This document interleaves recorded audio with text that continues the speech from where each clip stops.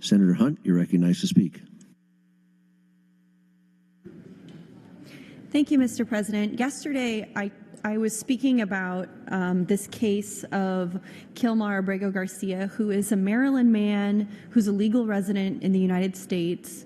He was detained by immigration officials and mistakenly deported, despite a court order that he remain in the United States. And Trump Justice Department attorneys themselves conceded that he was removed to El Salvador by mistake. So the Supreme Court, in a completely unanimous decision, said, you got to go get him back. They need to send him back. You need to facilitate his return. The Trump administration is refusing to do that. And today, Maryland Senator Chris Van Hollen, he is the senator of Kilmargo Garcia. This is his constituent. He flew down to El Salvador, which I admire so much. This is really somebody with power doing something about this disappearance of this man who's never been charged with a crime. There's no evidence that he's ever been involved in a gang, never been convicted of anything in any country, disappeared to El Salvador, to what's basically a prison death camp if you read about what this place is. But Senator Chris Van Hollen went down there today to go get him and try to talk to the government about how to get him back. And I rise because this Senator Chris Van Hollen just did a press conference from El Salvador about what happened. It says, Senator Chris Van Hollen just met with El Salvador's Vice President Felix Ulloa, and the Vice President told him that the reason they are holding Kilmargo Garcia at CCOT, which is the prison, is because the Trump administration is paying them to do so.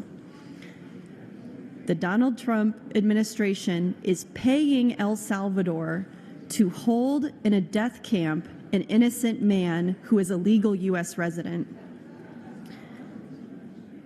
Senator Van Hollen also says that the Vice President of El Salvador provided no evidence that Abrego Garcia is a part of MS-13 or committed any crimes, just as the U.S. government has not been able to do. Donald Trump is paying El Salvador to illegally hold Kilmargo Garcia, defying the U.S. Supreme Court with no evidence, and I don't know what to call this. Senator Van Hollen also told reporters that he was not able to see Kilmargo Garcia during his visit to El Salvador, nor was he able to speak to him on the phone. The Trump administration is paying El Salvador to keep an innocent man in a death camp, and that is what was just revealed a couple hours ago in a press conference in El Salvador, because one U.S. senator had the courage to fly there and demand evidence that this deported man is even alive.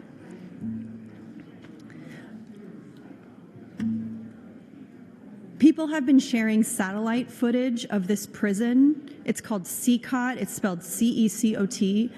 I encourage you to look at those images. You can probably Google CCOT satellite image, because many news outlets are reporting on this. All the news outlets are reporting on this right now. And take a look at those images and tell me what you think they look like. I'll say what I think. I mean, I don't think I will say what I think they look like, because I think it needs to be investigated, but it doesn't look like any prison I've seen in the United States. And the photos that have come out from inside that prison, rows and rows and rows of naked men bound together, crouched over, and people talk about being beaten, being whipped, and dying in this prison, which is effectively a death camp. And this is where the Trump administration, don't sigh. God, I hear people sighing in annoyance with me. This is a huge freaking deal. This president has said that he would be happy to deport U.S. citizens, let alone people who are legal residents who have never been accused of a crime. Someone ought to stand up and say that happened. Look at the pictures of this prison and tell me that's not a death camp. Read the reports of what's coming out of there and tell me that a U.S. legal resident should be sent there when he hasn't even been accused of a crime. And mind you, now we know that the Trump administration is paying a foreign government to keep this innocent man locked up in this death camp. So I wanted to push my button and let that be said. Thank you, Mr. President. But got on different topics, and I actually meant to speak about it on my last time in the mic, but the time goes by quickly. I've spoken about 3 different individuals who are here legally in the United States and who have been arrested and incarcerated without being charged with any crimes, without having any criminal record. There's one woman from Tufts University, 2 gentlemen from Columbia University, and then Kilmargo Garcia, who I just spoke about last time on the mic. But yesterday, another man was arrested who is a legal permanent resident. His name is Mosen Madawi, and he's a Palestinian student at Columbia University who has lived in the United States for 10 years. He's a legal permanent resident, he's a green card holder, and he came to the country, to the United States, with the hope of becoming a U.S. citizen. And just a few days ago, he went to the USCIS office in Vermont, where you take your test and you go through the meetings to become a U.S. citizen, to take the next step in that process.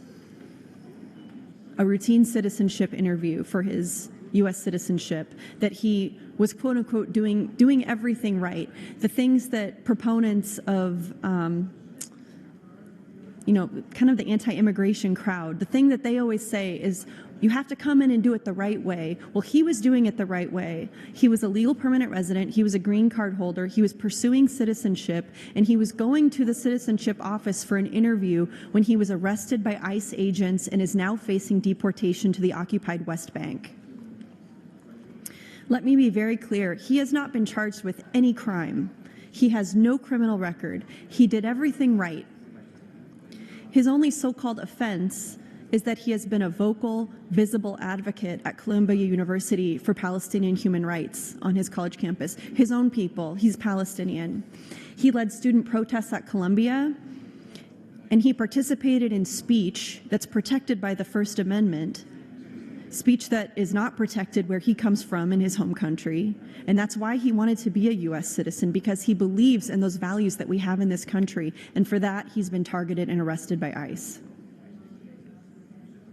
According to his attorneys, Madawi's arrest is part of a coordinated effort to silence student protesters, especially foreign-born students who speak out against U.S. support for Israel's military campaign in Gaza.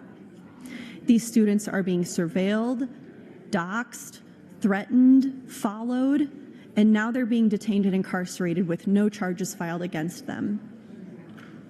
Madawi himself had been receiving death threats, and he even went into hiding last month after his friend Mahmoud Khalil, who I've also talked about, was also taken by ICE. The warning signs were there. He knew that he was being watched, and he pleaded with Columbia University administrators to help protect him, and they did nothing.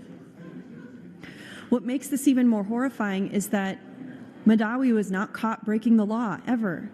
He showed up voluntarily, in good faith, again, quote unquote, doing everything right, to take his citizenship test, to become an American, a process that he had every right to participate in. But instead, that was a trap. He got trapped and tricked and arrested for nothing. Now he's being held in Vermont, and a judge issued a temporary restraining order to prevent his immediate deportation, but the legal situation is still unfolding hour by hour. And if he's sent back to the West Bank, Madawi says in his own words, it's the same thing as a death sentence. A death sentence for this man who's a legal permanent resident, who was on his way to take his citizenship test, just as deporting Kilmargo Garcia to El Salvador to this death camp is a death sentence. We don't even know if he's still alive. Madawi's community has been devastated. He's lost multiple family members by Israeli military attacks. His father's business was bombed. He fears, with good reason, that returning to the West Bank will be imprisonment or worse. And this is where we are now. Young people with no criminal record who have lived in this country for decades are being punished not for breaking the law, but for using their voices, for exercising their First Amendment rights that we all purport to believe in. This isn't about immigration policy. It's about the state using its power to target political dissent. I think that we should sit with this. A student was trying to become a citizen, and Time, instead Senator. he was taken away. Thank you, Mr. President.